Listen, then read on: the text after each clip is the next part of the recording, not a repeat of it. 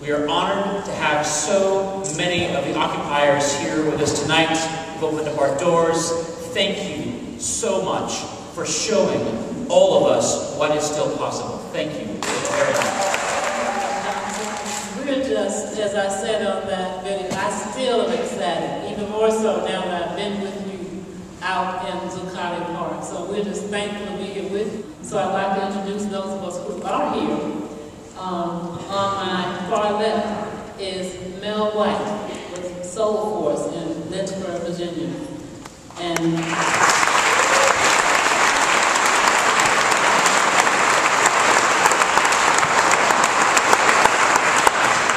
next to him is Rabbi Waskow from Philadelphia, the Shalom Center.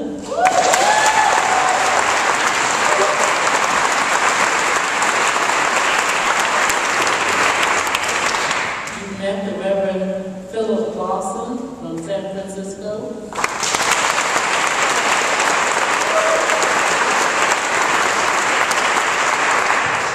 My husband of 42 years, Reverend Nelson Johnson. We especially just want to say thank you for receiving us today. We were downstairs discussing how to have a conversation. I think that we want to join what you are doing, and we want to offer what we have been doing. And we want to see how all of this works together. But I think a good starting point is for us to hear from you what your thoughts are, what your hopes are, what your plans are, and how a group of people who self-define themselves as being over 65 years and spending most of their lives in the movement, how we might be helpful to them. Does that sound like a starting point for us?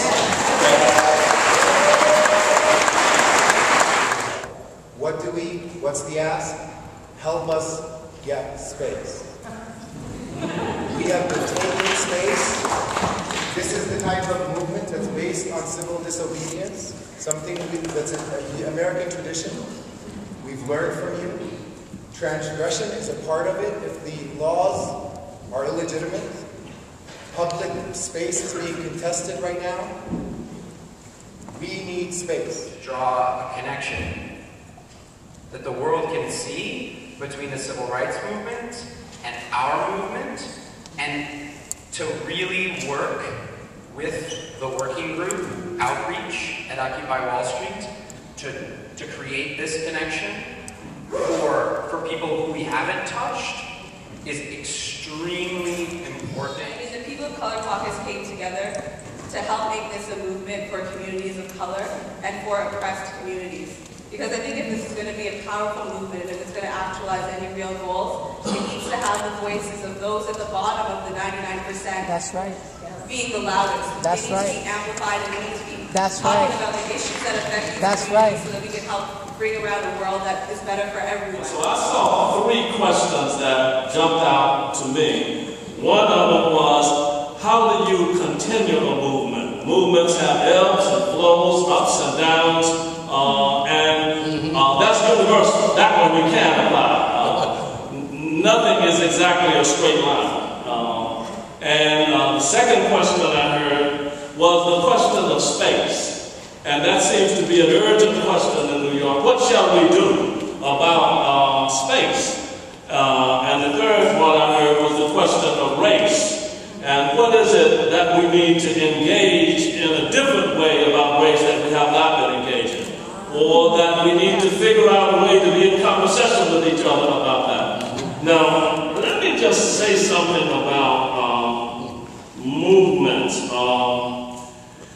Any movement that has one tactic probably will not survive. So I think that part of it is thinking of the creative things that you can do that would add to Occupy. And I think you're probably doing that.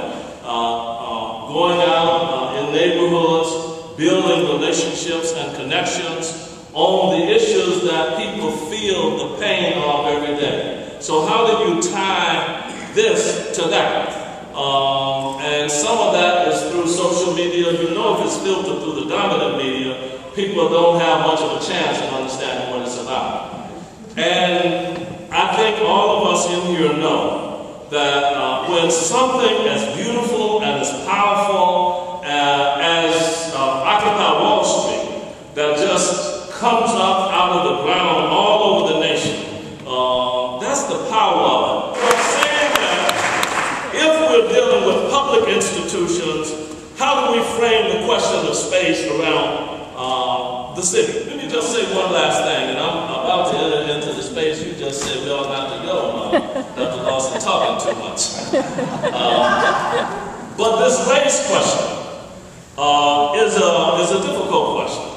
You know, it's so long.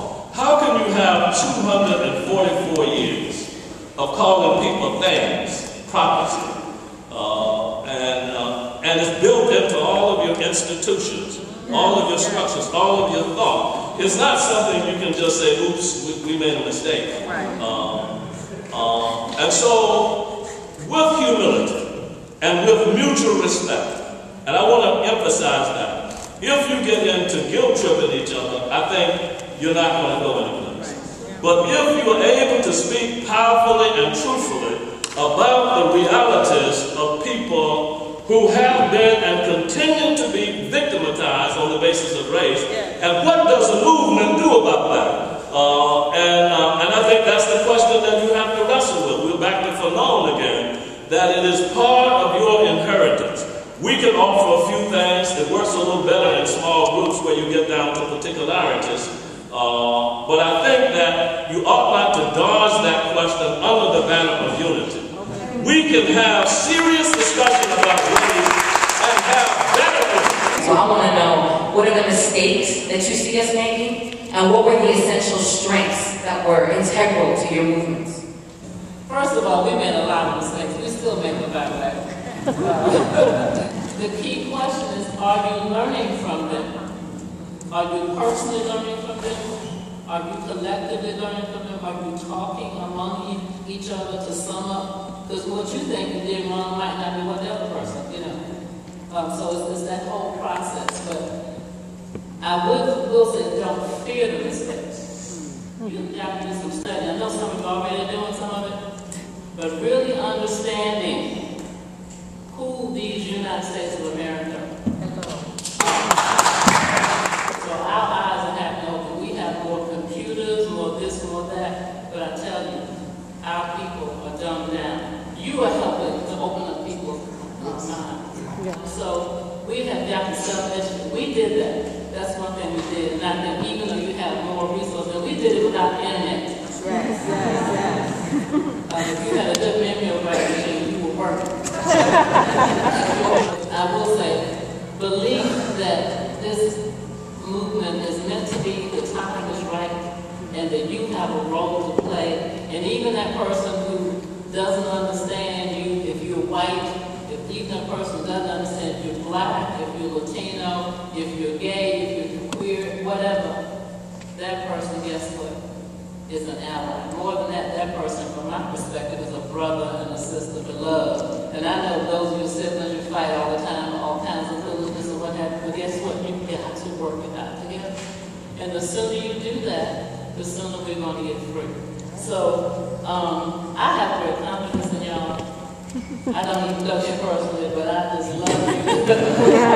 So, happy that you are engaged. Washington Square Park. To Washington Square Park. We're going to move from there. To 6th and Canal. To 6th and Canal. Where there'll be coffee. Where there'll be coffee.